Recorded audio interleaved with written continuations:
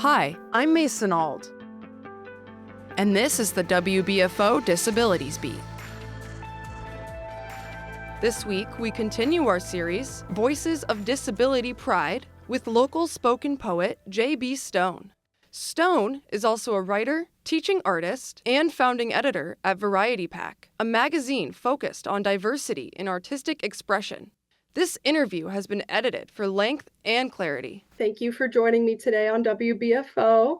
Thank you for having me. The first thing I actually did want to ask you was, why did you pursue spoken poetry and the creative arts at large? And what was that journey like for you?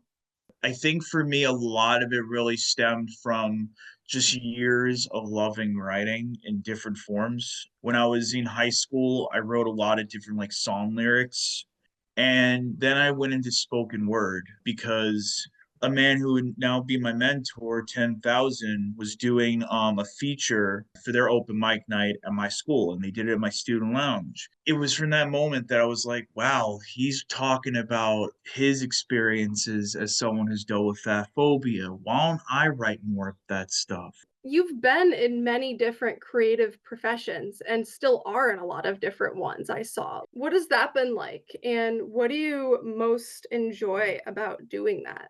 What encourages me to take on these different roles is knowing the importance of having these different roles. So one of the things when I teach a workshop, I try to encourage the students in these to not to bind themselves to one particular style. I encourage them to write anything and everything, right? Because that's how my inspiration comes in too. Variety is the spice of life, and it's also the spice of one's writing. Does your lived experience as a neurodivergent person also play a role in your career like that? And how so? I think I am a lot more blunt about who I am because a lot of neurodivergent folks, we don't hide behind certain things. I feel like that comes in handy with students too, because I have a balance where I'm not telling them Santa Claus is dead, but I'm also not telling them at the same time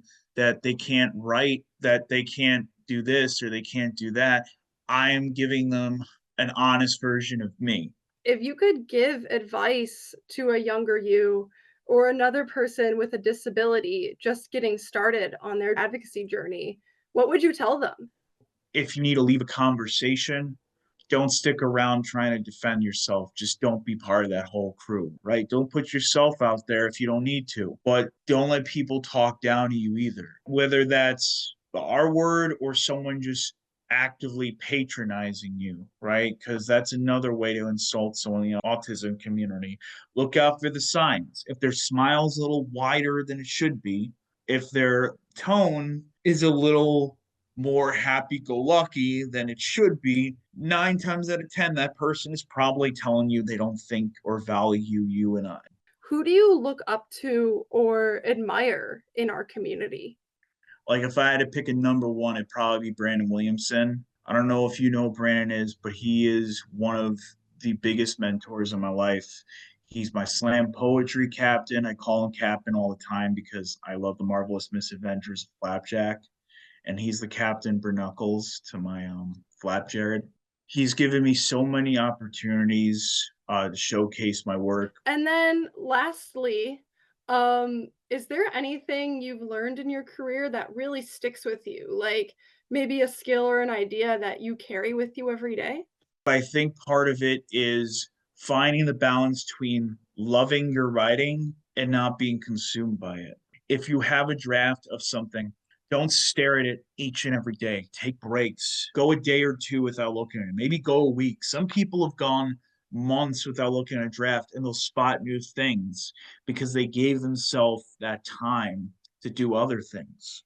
And muses are all around us, right? So don't try to treat everything as a muse, but don't let the draft of something define your entire life.